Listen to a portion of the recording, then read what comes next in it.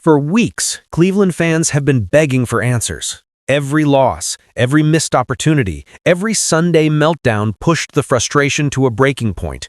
And just when it felt like the entire organization had gone completely silent, Kevin Stefanski finally stepped up to a microphone and addressed the one name everyone has been yelling about, Shedeur Sanders.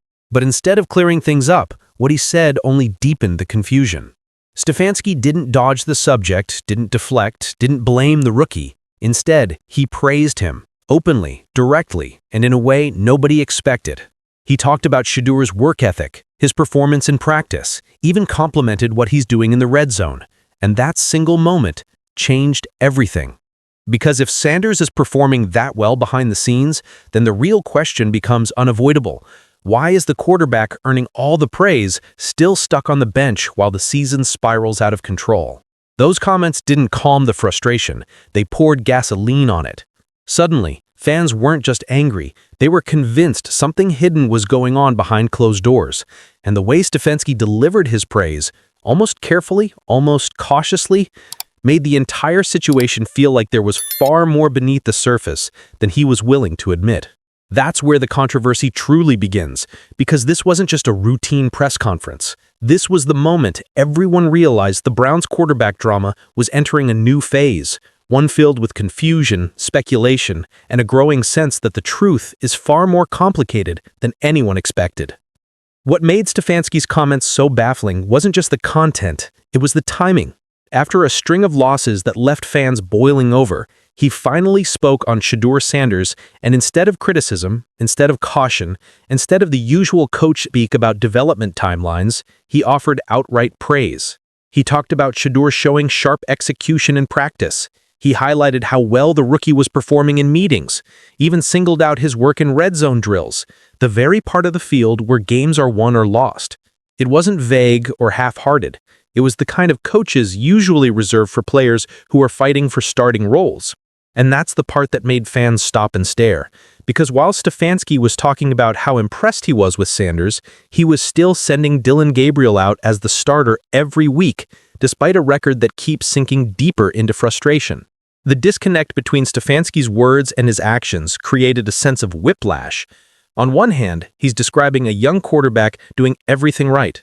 On the other, he's leaving that same quarterback on the bench with no clear explanation. To the fan base, it felt almost surreal. They've watched the offense sputter. They've watched games slip away. They've watched Gabriel struggle to find consistency. So hearing Stefanski speak so highly of Sanders didn't quiet the criticism. It turned it into a full-blown eruption. People started asking the questions Stefanski didn't answer. If Shedeur is performing this well, why hasn't he taken a single meaningful snap? What else is going on behind closed doors? And how long will the coaching staff keep pretending nothing is wrong? Those questions grew even louder because the praise didn't sound accidental. Stefanski seemed intentional, even careful, choosing words that almost sounded like he was defending Sanders as much as complimenting him. It made fans wonder whether he was trying to push back against something, rumors, pressure, speculation, or all three. But the moment he finished, the next wave of frustration rolled in. Because if Stefanski truly believes everything he just said, then the silence surrounding Sanders' lack of playing time feels even harder to justify. And as the losses pile up, patience is running thin. The praise only made the decision to keep Sanders benched look stranger, more confusing, and far more suspicious. But the real shock came from what happened right before Stefanski made those comments, and that's when the entire situation took an even stranger turn. The breaking point for most fans came during the matchup against the New York Jets, a game Cleveland should have been competitive in from start to finish. For once, the offense wasn't the disaster everyone expected. Dillon Gabriel actually put together a stat line that looked respectable on paper. 167 passing yards, 2 touchdowns, and even a career high in rushing yards. It wasn't flashy, it wasn't dominant, but it was enough to keep the team in striking distance. And for a fan base starving for something positive, it should have been a small step in the right direction. But then came the disaster nobody saw coming. The Jets didn't beat the Browns with precision passing or suffocating defense. They beat them on plays that have nothing to do with quarterback performance. 2 special teams returns, 1 kickoff, 1 punt, went straight to the end zone, handing New York 14 points without their offense even breaking a sweat. That kind of collapse is the stuff that gets entire coaching staffs questioned. It's the kind of mistake that turns a winnable game into a demoralizing mess. Fans watched it unfold in disbelief. It wasn't just bad luck. It wasn't just a single mistake. It was a meltdown on one of the most fundamental units of the game, and it happened twice. And as soon as that second return crossed the goal line, frustration turned into fury. People weren't just upset with Gabriel anymore, they were fed up with everything. The special teams issues, the decision-making, the coaching, the lack of urgency, all of it came crashing down at once. What made the loss sting even more was the sense of missed opportunity. The offense finally showed signs of life, only for another part of the team to fall apart so catastrophically that the performance didn't even matter. The narrative shifted instantly. Instead of analyzing the box score, fans were asking how a team could allow such breakdowns at this stage in the season. They were questioning leadership, preparation, and the direction of the entire organization. And right at the center of all that anger was one question echoing louder than ever. If the team can't win with Gabriel, if games keep slipping away for reasons that stack on top of his struggles, then why is Stefanski so determined to stick with the same plan while a highly drafted rookie waits on the sideline? But the frustration didn't just come from the loss itself, because that game didn't create the anger. It amplified something that had already been simmering beneath the surface. Long before Stefanski ever stepped up to the podium, whispers had already begun circling online. Fans weren't just frustrated with the losses, they were convinced something deeper was happening behind closed doors. Every week that passed without Shedeur Sanders taking the field added fuel to the speculation. And as the season kept unraveling, the rumors took on their own life. Some fans suggested that Stefanski simply didn't believe in Shedeur, pointing to the repeated decisions to roll with Gabriel no matter how shaky things looked. Others floated the idea that there might be tension between coach and quarterback. Nothing confirmed, just the kind of quiet buzz that grows louder every time a decision doesn't make sense. People wondered whether Sanders had issues in practice that the team wasn't willing to talk about publicly, or whether Stefanski was just too stubborn to admit he might have chosen the wrong starter. Then came the more dramatic theories. Online discussions began claiming there might be internal politics involved. Some speculated that the front office had a preferred quarterback, that draft positioning carried a heavier influence than performance, or that the coaching staff felt pressured to justify Gabriel's earlier selection. Again, nothing verified, just the kind of talk that explodes when a fan base is desperate for answers. What made all of this grow even faster was the vacuum of information. Stefanski wasn't offering explanations. Sanders wasn't getting snaps. The team wasn't showing improvement. So naturally, fans tried to fill in the blanks with their own theories. Social media threads turned into full-on debates about what was happening in the quarterback room, with each new loss adding another layer of speculation. By the time Stefanski finally spoke, the frustration had already reached a boil. And instead of shutting down the rumors, his praise for Shedeur only made everything more confusing. If there was no tension, if there was no hidden issue, if practice performance wasn't the problem, then why wasn't the rookie playing? To many fans, it sounded like the coach was trying to counter the narrative without actually changing anything. And that's where the speculation took on a sharper edge. Because when a coach starts openly praising a player he refuses to use, people naturally wonder what he's trying to prove, or what he's trying to protect. But everything Stefanski said that day gained even more weight once he revealed a detail that hadn't been talked about publicly at all. A detail that showed just how unusual this quarterback situation really is.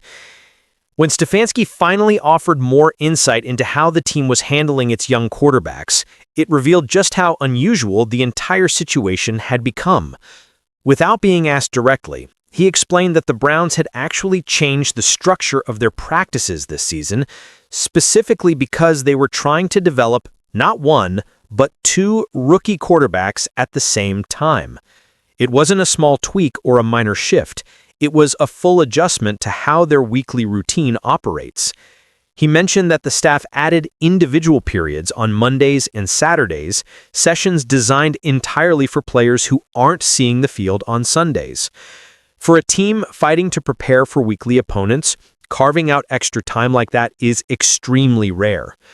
It suggests the coaching staff knows they're in a delicate position, trying to win games with a veteran-heavy roster while also grooming two rookies who both need reps. And reps are the bloodline of quarterback development.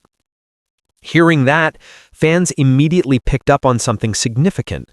Shedeur wasn't being ignored. He wasn't an afterthought. The team was actively building extra time into their schedule to help him grow.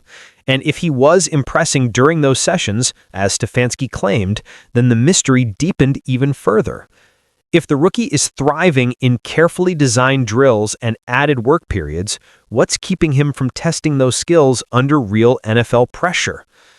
These adjustments also highlighted how rare the Browns situation actually is. Most teams only have one young quarterback they're trying to develop at a time. The Browns are balancing two. And because both Gabriel and Sanders came into the league from the same draft class, the competition between them isn't clean or obvious. They're both trying to climb the same mountain, but the organization can only push one of them forward right now. What Stefanski said revealed a clear truth. The Browns are juggling development with survival. They're giving the rookies attention, but they're also trying to prepare for opponents, put out fires on special teams, and stabilize a season slipping out of control. It's a balancing act that few teams have to deal with, and every decision has consequences that ripple through the entire roster.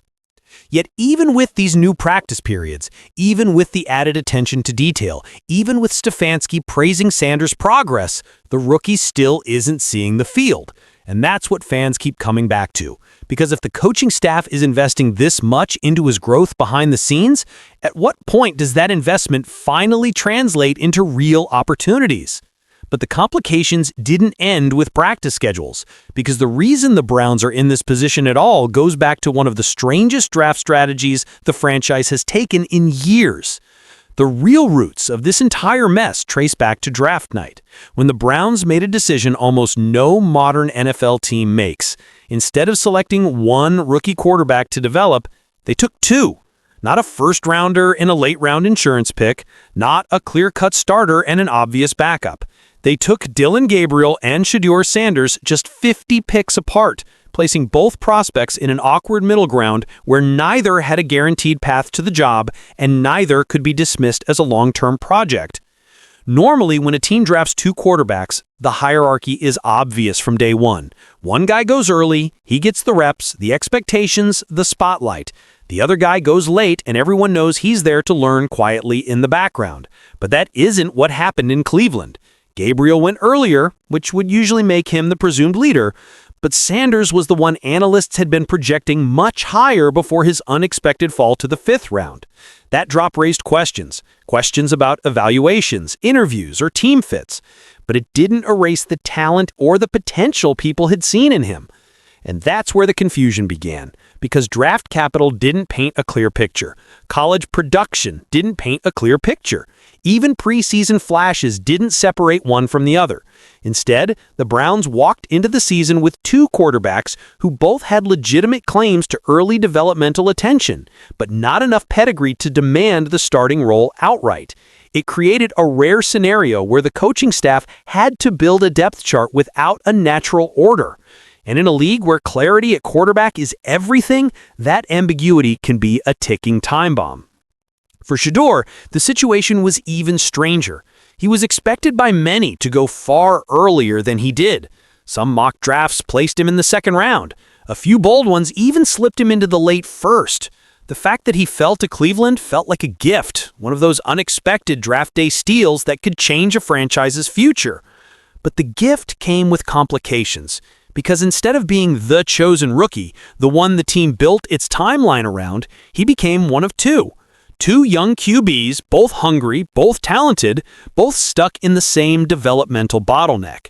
Fans saw it immediately. The moment the Browns walked away with both quarterbacks, the debates began. Who was the real future of the franchise? Who was being groomed behind the scenes? Who had the edge? But instead of clarity emerging over time, the picture only grew blurrier. Gabriel got the early nod, but the results never matched the confidence the staff seemed to have in him. Meanwhile, Sanders kept earning praise without earning playing time. The entire setup fueled frustration because there was no obvious answer, only confusion, speculation, and the growing sense that the Browns had created a quarterback dilemma entirely of their own making. And as the losses piled up, that dilemma turned into something bigger.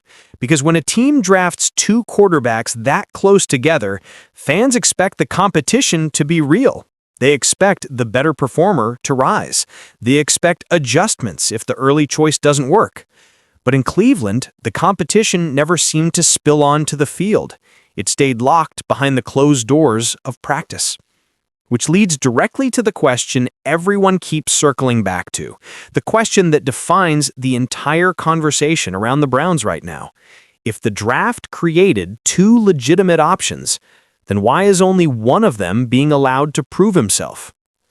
This is the part of the story where everything stops making sense for the average fan. Shedeur Sanders has done everything the coaching staff could possibly ask of a rookie quarterback. Stefanski praises his preparation. He highlights his execution in red zone drills. He talks about how locked in Shedeur is during meetings. None of those comments sound like the coach is describing a player who's struggling behind the scenes. They sound like he's describing someone who's earning trust, learning quickly, and putting himself in position for real opportunities. And yet, every Sunday, Sanders stays locked to the sideline while Gabriel continues to start. That's what pushes fans over the edge, because the difference between practice and games couldn't be more obvious. Gabriel now has 6 games of real NFL experience under his belt, and the results are, at best, inconsistent. A single decent stat line here and there doesn't erase the losses or the lack of explosive offense. And in a season where every game seems to slip away for a different reason, fans are asking what many consider the most reasonable question of all. What do the Browns have to lose? From their perspective, sticking with the same plan despite mediocre results feels like stubbornness. The team isn't riding a winning streak. They aren't blowing opponents out. There's no momentum they're trying to protect. Instead, they're sinking deeper into a frustrating hole, and the quarterback Stefanski keeps praising is being forced to watch it happen from the bench. It creates a sense of cognitive dissonance, praise on one side, hesitation on the other. Some analysts argue that Stefanski may feel safer with Gabriel simply because he has more experience running the offense. Coaches often default to the quarterback who knows the playbook best, especially when losses are piling up and job security hangs in the balance. Others suggest that the staff might be worried about throwing Sanders into a chaotic situation too early, fearing it could set his development back. Those explanations make sense on paper, but fans aren't buying them anymore. Not with the season slipping away, and not with the way Stefanski keeps talking about Sanders like he's already ahead of schedule. And there's a bigger consequence here, one that goes beyond wins and losses. A young quarterback's growth depends heavily on real game reps. Practice is valuable, but it can never mirror NFL speed, real pass rush, or the pressure of making decisions that actually matter. Every week Sanders sits is another week of lost development, another missed chance to adjust to the league, another opportunity slipping through his fingers. At some point, a player can do everything right in the classroom and still remain unprepared for the moment he finally gets called up, simply because he never got to feel the game in his hands. Then there's the psychological side. Imagine being told you're doing everything right, praised publicly by your head coach, and still being kept out of sight. For a rookie trying to establish himself, that can plant doubt. Doubt about the timeline, doubt about the coaching staff's belief, doubt about whether he's really seen as the future. Fans can sense that risk. They know how quickly promising young players can get caught in a loop of uncertainty and stunted growth. And with the Browns' history at quarterback, this situation carries even more weight. A franchise that has spent decades searching for stability cannot afford to mishandle another young talent, especially one who many believed was a draft day steal, especially one who, according to the coaching staff, looks the part behind the scenes. The frustration keeps circling back to one simple truth. The Browns are struggling, the offense needs a spark, and a promising rookie quarterback is sitting right there. And the longer the team refuses to try something different, the louder the calls become for answers the coaching staff hasn't provided. But the pressure isn't just building around the quarterback position anymore, because keeping Shedeur on the bench has created a storm that now threatens the man making the decisions himself. As the losses stack up and the frustration hits a boiling point, the conversation in Cleveland has shifted from the quarterbacks to the man orchestrating the decisions. Kevin Stefanski, once celebrated as the mind who snapped years of dysfunction and even earned Coach of the Year honors, now finds himself standing on increasingly unstable ground. A 1-4 start is hard enough to justify on its own. Add in the special teams disasters, the quarterback controversy, and the public confusion surrounding his praise of Shedeur Sanders, and suddenly every move he makes is being dissected with a level of scrutiny usually reserved for coaches on the brink. Fans aren't whispering about changes anymore. They're shouting. Social media has turned into a firestorm of frustration, with calls for Stefanski to be replaced growing louder every week. And the sentiment isn't fueled by one specific issue. It's the accumulation of everything. The hesitation to play Sanders, the perceived indecisiveness, the lack of offensive identity, the meltdown on special teams. It all blends together into a narrative fans feel they've lived through too many times already. From the outside, it's easy to see why the pressure is mounting. When a team appears stuck, fans demand action. When a promising rookie quarterback remains benched, they demand answers. And when the coach seems committed to a plan that isn't delivering results, they question whether he should be the one making the decisions at all. It's the kind of environment that can swallow a coaching staff whole, even if the issues span across multiple parts of the organization. But the stakes go deeper than Stefanski's job title. If ownership decides to make a change, it would trigger yet another reset in Cleveland. A new playbook, a new philosophy, a new development plan. For a rookie quarterback like Sanders, still adjusting to the NFL and waiting for his first real shot, that kind of upheaval can be devastating. Coaches bring their own preferences, their own systems, their own timelines. A young quarterback can find himself learning an entirely new offense before he even gets a chance to test the old one in a real game. That's the cycle fans fear the most. They've seen it play out too many times. The Browns draft a quarterback with potential, the coaching staff changes, the scheme flips, and the development stalls. Suddenly, a rookie who should be growing becomes another victim of turnover, another what if, another player caught in the churn of instability. And Stefanski knows this. He knows every decision he makes right now carries consequences, not just for him, but for the direction of the franchise. That's what makes this moment so tense. He's trying to win games in the present while balancing the future of two young quarterbacks. He's trying to quiet a fan base demanding immediate change while protecting rookies who may not be fully ready. He's trying to survive long enough to put his plan into action. But survival gets harder with every loss and every unanswered question. Whether fair or not, benching Shedeur now looks like a decision tied to Stefanski's job security as much as it is to football strategy. And every week that goes by without a change only raises the stakes higher. But what makes this situation even more overwhelming is that Cleveland has been here before, over and over again. And the fan base is starting to wonder if this cycle is simply repeating itself all over again. Stepping back from the week-to-week chaos, it becomes painfully clear why this situation hits so deep for Browns fans. This isn't just about Shedeur Sanders. It isn't just about Dillon Gabriel. It isn't even just about Kevin Stefanski. This entire controversy feels like another chapter in a story Cleveland has been trapped in for decades. A cycle of quarterback confusion, coaching turnover, and seasons that start with hope and end with the same familiar frustration. every time it feels like the team has finally turned a corner, something pulls them back into the pattern they've been trying to escape. And that's why Stefanski's praise of Shedeur didn't calm anyone down. It symbolized the core problem. Because for fans, hearing glowing compliments without seeing any real action feels like the same old Cleveland déjà vu. It sounds like optimism without results, promise without progress, words without decisions that actually move the team forward. It deepens the belief that the organization still hasn't learned how to manage its young quarterbacks, still hasn't figured out how to build continuity, and still hasn't figured out how to escape the constant loop of uncertainty. What makes this moment even more intense is that the pieces are actually there. Sanders has the pedigree, the talent, and the potential.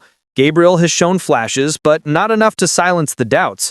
The roster has veterans capable of winning. The team has invested in a system meant to produce stability. But instead of clarity, everything feels stuck in limbo. One rookie is praised but hidden. The other is starting but struggling. The coach is defending his decisions while the fan base loses faith. And the franchise is caught between protecting the future and saving the present.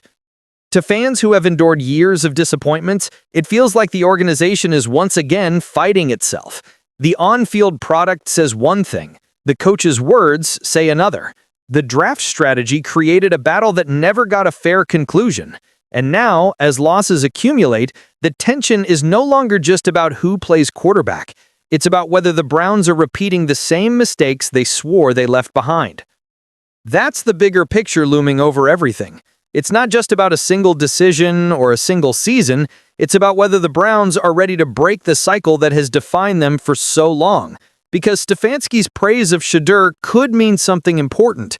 It could signal readiness. It could hint at a turning point. It could be the beginning of a shift the team desperately needs. But until that praise turns into opportunity, until the rookie who keeps being celebrated is actually put in the fire, it remains nothing more than another chapter in Cleveland's long, exhausting saga. And with fans running out of patience, the next few weeks will reveal more than just the future of the starting quarterback. They'll reveal whether the Browns are finally ready to change their story or whether the cycle is destined to continue yet again. In the end, everything circles back to the contradiction that launched this controversy into overdrive. Kevin Stefanski stepped in front of the cameras and delivered the praise fans had been waiting to hear. He said Shedeur Sanders was sharp, prepared, and performing at a level that any coach would want from a young quarterback. But instead of answering questions, that praise only created more. Because if Sanders truly looks that good behind the scenes, why is he still confined to the sideline while the season slips further out of reach? Cleveland's frustration isn't coming from impatience. It's coming from a decade-spanning history of quarterback mishandling that has worn the fan base thin.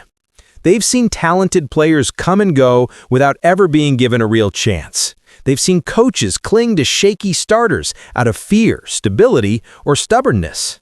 They've watched promising seasons collapse because the team refused to make the change everyone else could see coming. This latest chapter feels like more of the same, and that's why emotions are running hotter than ever. But Stefanski's comments did something else too. They signaled that Shedeur isn't the problem. They suggested that the rookie is doing everything he can to earn a shot, and that the decision to keep him benched isn't about his performance or his preparation. Whether that decision comes from caution, pressure, or something deeper, fans now know one thing for sure. The coaching staff sees the same potential they do. And that's what makes the coming weeks so crucial. Because the Browns can't hide behind practice reports or vague explanations forever. At some point, the results on the field will make the decision for them. At some point, the pressure will outweigh the hesitation. At some point, the praise will have to turn into action, because sticking with the same plan while the season unravels is no longer a sustainable path. The real story now is what comes next. Will Stefanski finally give Sanders the chance the entire fan base is begging for? Or were his words just an attempt to calm the storm while refusing to change the direction of the ship? Fans have heard promises before, they've seen potential wasted before, and they're running out of patience for another season built on confusion instead of clarity. One way or another, the truth is about to reveal itself, because praise can only go so far. And sooner or later, the Browns will have to show whether they're ready to rewrite their future or let the same old story repeat itself yet again.